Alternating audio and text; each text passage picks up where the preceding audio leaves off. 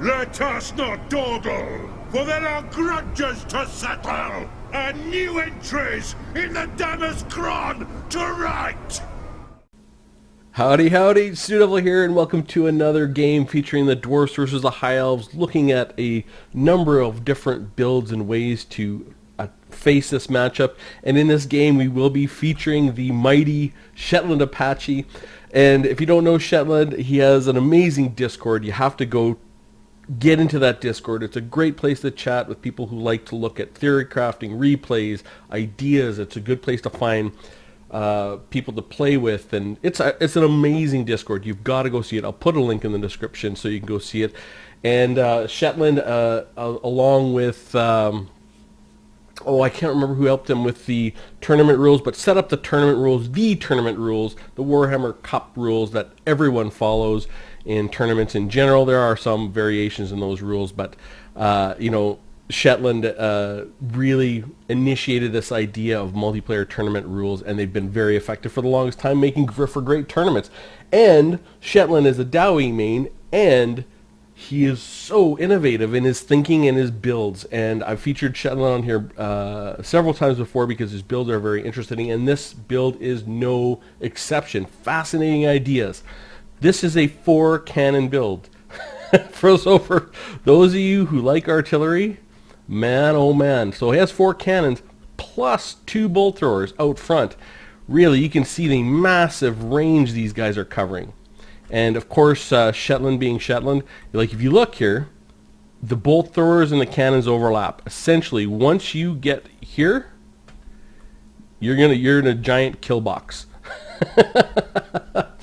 And out front, he's just got some 2 miners to get in the way. All they are is to slow things down. For his leadership, he has Thorgrim Grudgebearer, almost completely kitted out. The only thing he doesn't have is Foe Seeker. He has his Stand Your Ground for the 27 melee defense and 16 leadership. He does have Oath of Vengeance for the minus 27 melee defense, which is very strong. Hex for 44 seconds and it recharges every 60. He does have the Great Book of Grudges, plus 9 melee attack for everything around him, and he also brings the High King. And Shetland's really been using this a lot, meaning that your High King is not going to proc. It's only procs when your hit points are below 50%, but it's map-wide, 12% weapon damage, 8% charge, plus 8 melee attack, and immune to psychology. So either you let Thorgrim operate for the entire battle with his buffs, or you take a risk getting him down low, and he gets a map-wide buff. So it's sort of like 200 gold mitigation or immunity from attack for the High King. On both of his sides, he does have a Runesmith. They both have a Rune and Wrath and Rune for the damage and the 48% speed debuff, and they both have Rune of Negation for the 22% damage debuff. In the back, here's his heavy hitters, all hid in the woods. He has 2 hammers, one being the Peak Gate Guard Regiment of Renown, and they do have armor sundering and magic damage, and he also has the Grumbling Guard, who are armor-piercing Longbeards.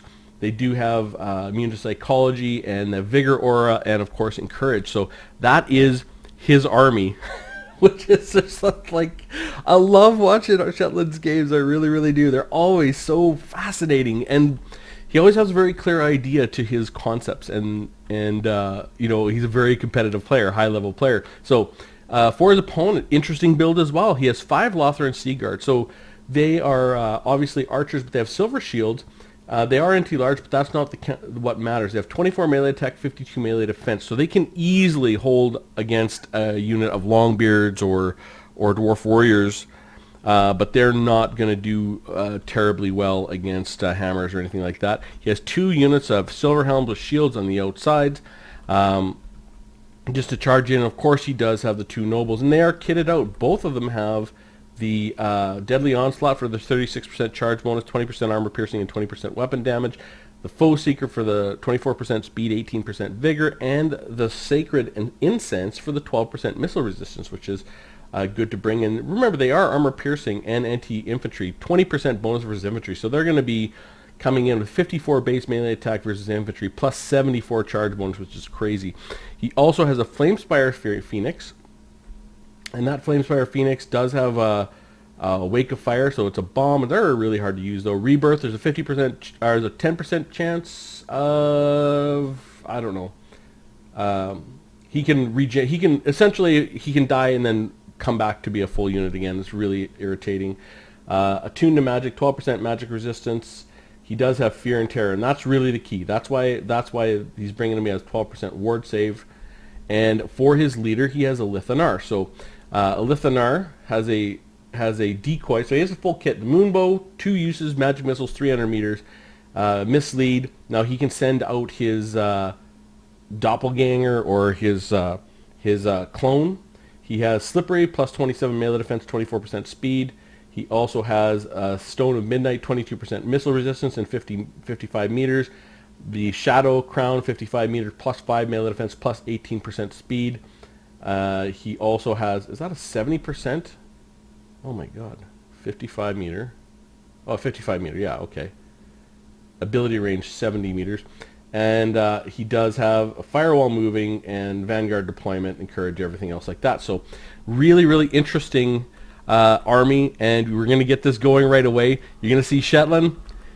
You know, he's just got, like, there's some things that are starting in range. So they're just going to start taking damage. In come the shots on whatever's in range. Here comes some cannon shots. Here comes some bolt thrower shots. And you're going to see, as soon as this noble gets in range, here comes the absolute focus. Everything's going to start focusing him down. There we go.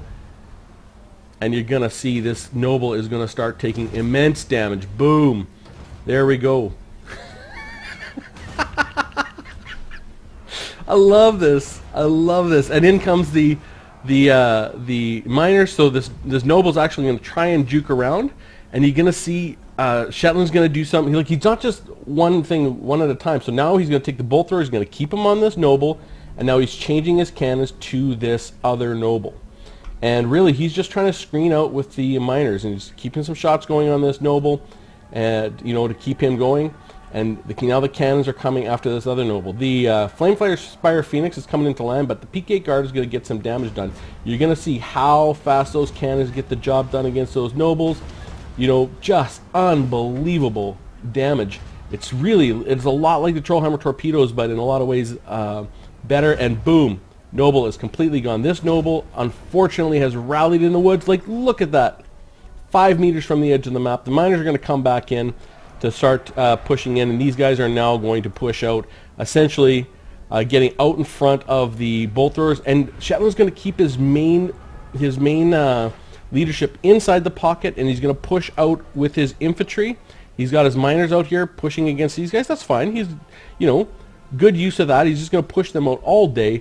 He's got some shots going into Lithanar and the Silverhelms. The Silverhelms are coming in way too late. You know, they should have obviously been here much, much early to match when this Flamespire Phoenix. But this Flamespire Phoenix is not doing a ton of damage to the cannon. You know, it really has 42 melee attack, but that magic resistance, or that magic damage, is just not getting the job done. Now he's got things focused in on the Silverhelms, and, you know, he's just going to send these miners all day. Just go after these Lothran Sea Guard, that's fine.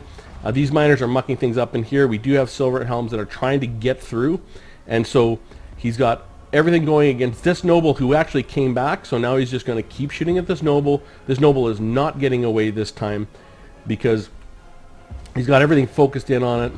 He just wants to make sure he gets him shattered. And this guy somehow rallies right here, right as he's going off. 379 health, but he's still got some guys focused in on that noble. So he might see him, he might not, and boom, noble's dead. In come the Silverhelms. They got the Runerath and Rune, and they are getting shot down. They've got a couple focused on them. This Flamespire Phoenix is still shooting in here, and meanwhile, ShetlandApache has got his leadership out here to go after these Silverhelms. And the Silverhelms are trying to get in, and they're trying to ping-pong through the units like that, kind of. But it's actually, they're just not getting the job done right now. So you can see ShetlandApache's got everything focused on them now, really just one at a time, making sure he's focusing down the units that are giving them the most pain. And he's got the Rune of Negation in here for the Silverhelms. In come the miners. And really, he's actually got a unit way out here. These hammers are just chasing off these 2 Lothran Sea Guard because they got nothing better to do. Meanwhile, all he's got to do is keep his cannons and his ranged online. That's the win condition for this build. He's got rid of the Silverhelms. He does have Rune of Negation pop. These Lothran Sea Guards are over here. He's just going to bring over here with the miners. He's got this Flamespire Phoenix. Everything's going to come in and focus on that Flamespire Phoenix, and now in comes the leadership, in comes the attack, in comes everything like that. He's got a little bit of damage into a Lithanar, and the Lithanar's decoy hasn't done a whole lot, but really now he's going to start putting the damage down on the Flamespire Phoenix. He's going to bring these Grumbling Guards back into a Lithanar, and he's got the Bolt Throwers focusing down on Lithanar, just poking him down. Now he's going to bring the leadership in here. This Flamespire Phoenix has not got a lot of damage done onto this cannon. He's pushed these guys out here with his Peak Gate Guard, pushed in here with the leadership, and you can see the High Elves don't have a whole lot left. The armies are really going, and then that is the game. So, absolutely awesome build, and you on a map that like was just open enough to pull this build off. Like you saw the way those cannons, like you get the cannons and the bolt throwers. I mean, they just totally destroyed the chariot because they are all anti-large armor piercing. And you know, one of them came back. Unfortunately, he was right near the edge of the map, and he did come back and cause a little bit of problem. But the other one was absolutely demolished. The Flamefire's Phoenix, he just let it fight. So there's kind of Shetland's knowledge. He just left that Flamefire Phoenix fight. He kept his units on guard mode, and they kept shooting. And that Flamespire Phoenix was just not getting a whole lot of damage in. And he just ran around the pocket with the two Runesmiths and Thorgrim, and pushed a little bit out with the miners, and really you can see the Peak Gate Guard, Hammers, and Grumbling Guard didn't take a whole lot of damage, but there wasn't anything in here. And you can see that's sort of the thinking, obviously, of this build. If you do have sort of Swordmaster of the Hoeth and a heavy White Lion build, that you're going to get a lot of damage with your artillery against the things that are going to disrupt your artillery. You send these guys out, even if they end up losing to Swordmaster of the Hoeth, the miners will have slowed them down, and the bolt throwers and the four cannons will still be online to support each other. And then you're going to get to the back line with Thorgrim Grudgebearer and two Runesmith with the Rune of Wrath and Rune. So really interesting idea for this build, like that cross-supporting artillery build. And we saw an interesting build by a Wizard Lizard quite a little bit ago, where he took it against Empire, and he used his artillery to defend his artillery. In terms of organ guns, which is a very interesting build. And we see this sort of same or similar concept, but I think taken to the next level, with 6 pieces of artillery and really some heavy hitting, fast killing hammers and Grumbling Guard to go and kill any really heavy infantry that gets into the pocket, and that really nice leadership group from ShetlandApache. So only 8 kills with Thorgrim, none with this Runesmith, 1 with the other. Not a big deal. They kept the pocket clean. 12 with the miners, 0 with these miners. Again, not a big deal. They just got in the road and they got in the way, which is what they need to do. 0, 13, 42 didn't even matter on these units. Here's where everything mattered. 2 and 20 with the bolt throwers. They put pressure on key things, and he kept them to try and rout off the guys who were routing, and then would move to the cannons for his sort of his alpha strike, his big damage. And the cannons 19, 27, 21, 13, and they killed the single entity models and did a ton of damage early. Really, essentially deleted these 2 nobles for the most part. For the High Elf army, no magic, which is, I mean, obviously when you have these nobles, I think it is a, I mean, usually you see the healing so that you can heal them up. A Lithanar, now I've seen a Lithanar used a few times to really good effect. If you want to see an interesting game with a Lithanar really doing well against a Dowie, go to a Rubber Duck Wars channel. And he has actually a really nice game where he played the High Elves. I mean, that was like 3 months ago, I would say. And he used a Lithanar in that build quite effectively. The Lothar and Seaguard, I'm gonna call that a fail. You know, 0, 1, 0, 0, 0. I mean, they just didn't do anything. Now, to be fair, they were being chased down by infantry, but you know, I think if you're gonna use them, you gotta commit to them being fighting or something. And then obviously a little bit late on the Silver Helms, but those things don't really matter. What I want to show is sort of this idea and this concept by Shetland, which is really interesting. And you know, I had a little bit of chat back and forth. I saw that Shetland has used this to effect against other High Elf builds as well.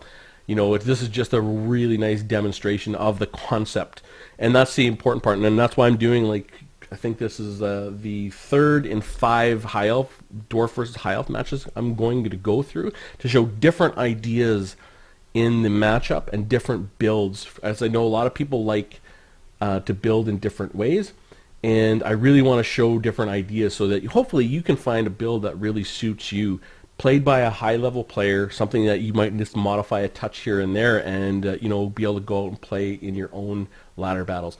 Anyways, I would love to hear from you in the comments. I always ask for people to comment. You know, it is. I'm going to say, I know I was talking on, I can't remember who I was talking to. I would say a good half of my videos have come from people talking in chat or talking about ideas or just being encouraging. I mean, this is just a hobby of mine. I've been doing it now for 3 years, so I appreciate comments down there. I want to know, what do you think of the build? I thought this was so awesome. I would love to hear what you think of this build. I mean, this is so dwarf. This is so dwarfy. Like, this is another fantastic ShetlandApache concept and execution. Very, very interesting. So with that said, I do hope you found it interesting, and I will see you soon.